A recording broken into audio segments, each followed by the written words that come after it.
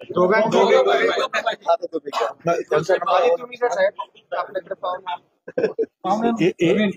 जे आहे त्यांचा सर्वत्र संचार असतो. यांना अगोदर साहेब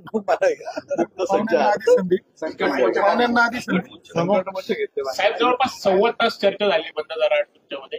काय नक्की नाशिकच्या जागेचं नाही रे, मुंबईची मॅच आज आहे. काय काय होऊ शकतं.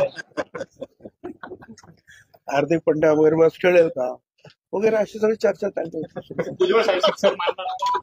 भुजबळ साहेब सिक्सर मारतात. अरे सिक्सर हे जे आहेत ना, हे मेन कोच म्हणतात ना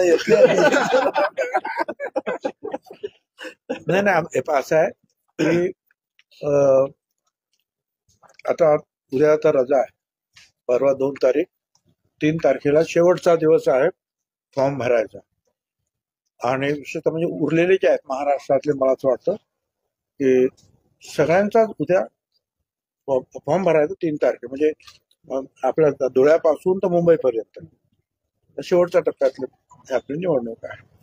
त्याच्यामुळे एकतर जे आहे 2 तारखेला सकाळी 9 वाजता जे आहे मोठी रॅली काढायचं ठरलेलं आहे. भारतीय पवार सकाळी होत्या, त्याबरोबर आमची चर्चा झाली, मी सांगितलं आपण कामाला पण लागलो. आता फक्त जर नाशिकचा उमेदवार जो आहे, जो काही जाहीर करायचा आहे काय, तो आम्ही सांगितलं ना किंवा जाहीर करून टाका तुम्ही काय, आम्ही सगळे ज्यात एकत्रितरित्या काम करणार आहोत.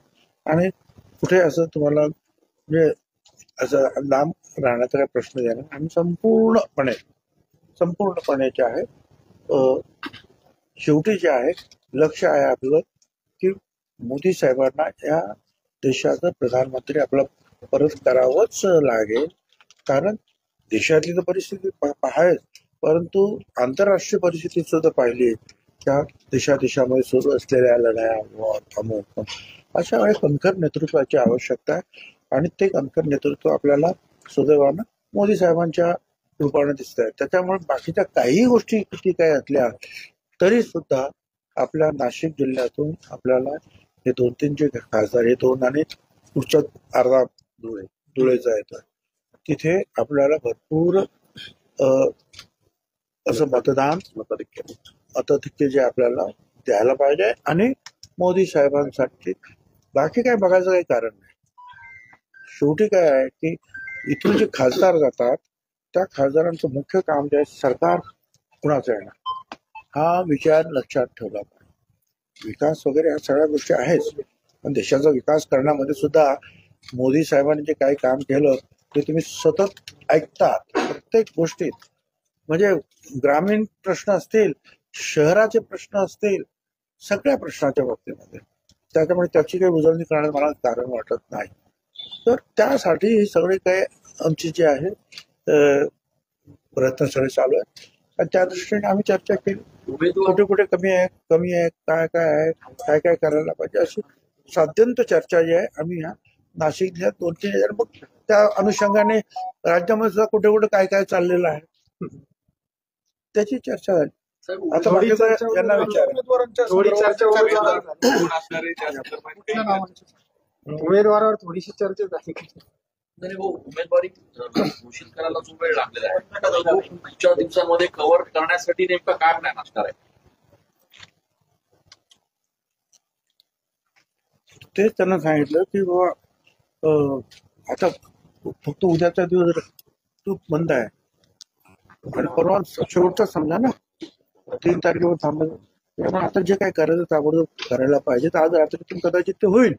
तर बघा आता काय उमेदवारी घोषित करण्यासाठी जो वेळ लागलेला तो येणाऱ्या दिवसात कव्हर करण्यासाठी काय प्लॅन असणार आहे काय? निश्चित त्या संदर्भातच माननीय भुजबळ साहेबांनी आम्ही चर्चा करत होतो. भुजबळ साहेब नाशिक जिल्ह्यातले एक जुने नेते आहेत, महाराष्ट्रातले या सरकारमधले एक मोठे नेते आहेत आणि म्हणून त्यांच्याशी चर्चा करावी. तिकीट मला वाटतं उद्या जाहीर झालं पाहिजे. उद्या दुपारपर्यंत सकाळपर्यंत मला वाटतं तिकीट जाहीर होईल. आता त्या संदर्भामध्ये तिन्ही नेते वरती आहेत, ते त्या ठिकाणी निर्णय करतील. पण उशीर जरी झाला असला तरी आम्ही ठरवलेलं की या दोन्ही जागा, जसं भुजबळ साहेबांनी सांगितलं, तिन्ही जागा, मग धुळे मालेगाव पण त्याचा अर्धा भाग येतो, त्या तिन्ही जागा या महायुतीच्या ज्या ठिकाणी निवडून येतील, मोठ्या मताधिक्याने मला त्याला निवडून आणायचं आहे आणि मोदींचे हात थोडी बळकट करायचे. हे खरं आहे. भुजबळ साहेबांनी सांगितलं की देशामध्ये नेता कोण आहे, कणखर नेत्याची गरज आहे. आज आंतरराष्ट्रीय स्तरावर जे सगळ्या घडामोडी घडतायत, त्यामुळे देशाला जर पुढे न्यायचं असेल, त्याला जर महासत्ता करत असेल, पुढे जाऊन सुपर पॉवर करत असेल, तर मोदीजीशिवाय पर्याय नाही.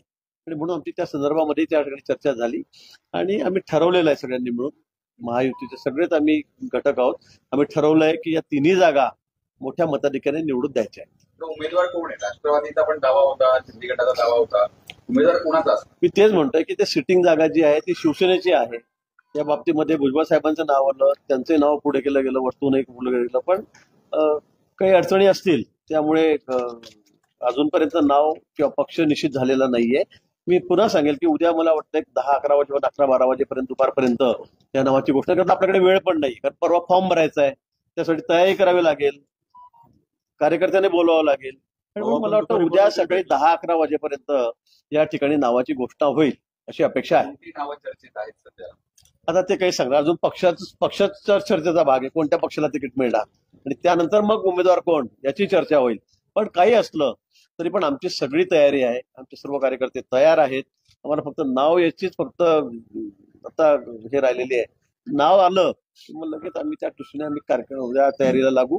परवा तुम्ही बघाल की अतिशय मोठ्या संख्येमध्ये म्हणजे रेकॉर्ड ब्रेक गर्दी आमच्या दोन्ही उमेदवारांची त्या ठिकाणी फॉर्म भरायला राहील. आता बावनकुळे साहेब नाशिकला दौऱ्यावरती होते. बावनकुळे साहेबांनी एक मोठं वक्तव्य केलं. भाजपने नाशिकच्या जागेवरती दावा सोडलेला आहे, त्यामुळे आता फक्त शिवसेना आणि राष्ट्रवादी ही जागा राहिलेल्या आहेत. तेच म्हटलं की इथे सिटिंग जागा ही शिवसेनेची आहे. 2 टर्म झाले शिवसेनेचा खासदार या ठिकाणी आपणही बघतात त्या ठिकाणी, आणि त्यामुळे त्यांचा क्लेम आहे, यात काही दुमत कुणाचं नाही.